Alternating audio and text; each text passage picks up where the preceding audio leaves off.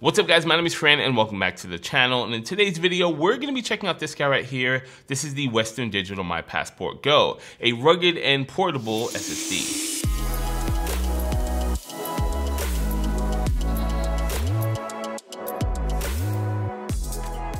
Before we get started with this video, I just wanted to take this time to give a big shout out to the guys over at Western Digital for sending me the My Passport Go SSD for review.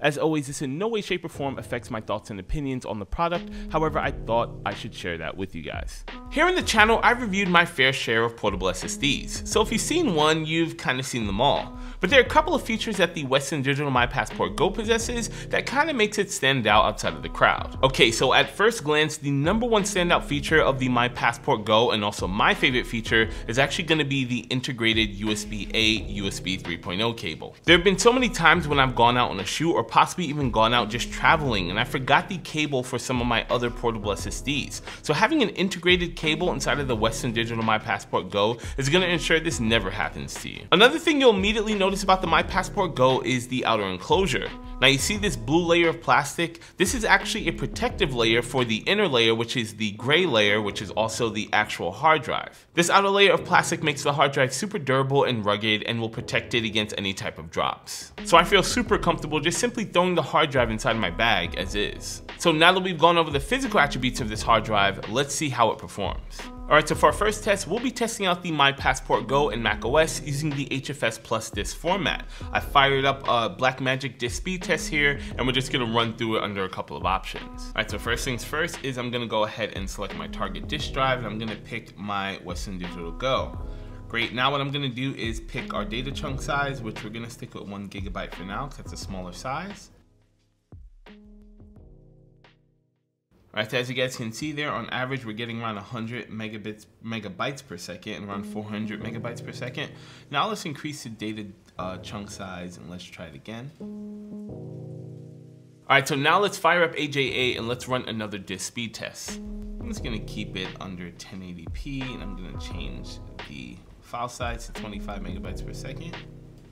25 megabytes, and let's change our target disk here over once again to our Western Digital My Passport Go, and let's go ahead and run it.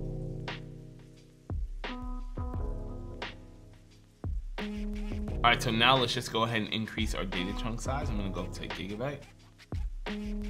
Alright, so there you go with our synthetic macOS benchmarks. Around 100 to around 150, sometimes 170 write speeds, and around 400 megabytes per second pretty consistently for our read speeds. What's up guys, Editor Friend here, and just noticing a little bit of a mistake that I made here in post. For the next couple of sentences, I kept referring to the My Passport Go SSD as a hard drive, and just so we're all clear, it is a solid state drive. Once again, just wanted to make sure I was clear. I'll probably put some annotations up here on the screen, but yeah, back to the video. Alright, so now we are switching over to the Windows side of things, and I reformatted my hard drive over to NTFS. I'm just going to go ahead and first run out of disk benchmark and switch over to the hard drive, and we'll once again just do smaller segments. We'll do one megabyte segments, and we'll do up to 1 gigabyte of those, and we'll just run it. So it probably goes without saying, but looking at the benchmarking results, it's pretty evident that this hard drive definitely does prefer smaller data chunk sizes. Looking at the numbers, we saw anywhere from 148 up to 207 megabytes per second when using much smaller data chunk sizes. Now let's run one more benchmark, and that's going to be Crystal Disk Benchmark. So we're going to go ahead and select our drive, and we're going to run it here. And now that our Crystal Disk benchmark is complete, we can see the results, and they're kind of so-so. We're seeing around 304 megabytes on our read department and around 82 megabytes in our write department using the smallest data chunk size, and that would be 50 megabytes for Crystal Disk benchmark.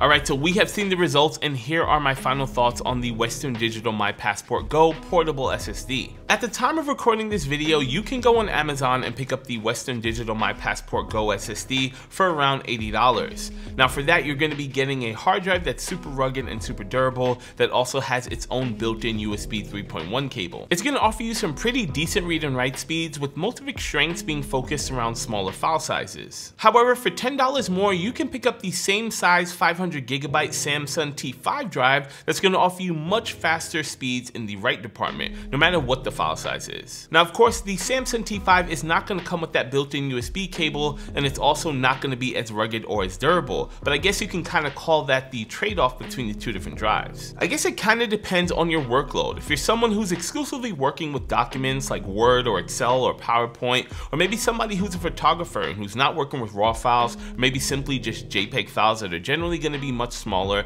then I definitely think the Western Digital My Passport Go does have some really good utility. But for someone like me who's primarily working with larger 4K video files, I definitely lean more towards the Samsung T5 or even my G Drive R series. But that is going to wrap it up for this video on the Western Digital My Passport Go portable SSD. If you guys are interested in checking out or learning more, I'll leave it linked down in the video description below. And also, if you guys have any questions about the My Passport Go or anything technical at all, leave them down in the comment section below. Also, while you guys are down there, if you like this video, hit the like button, and if you aren't already subscribed to the channel, consider subscribing. Once again, guys, my name is Fran. Thanks for checking out this video, and I'll see you guys in my next one.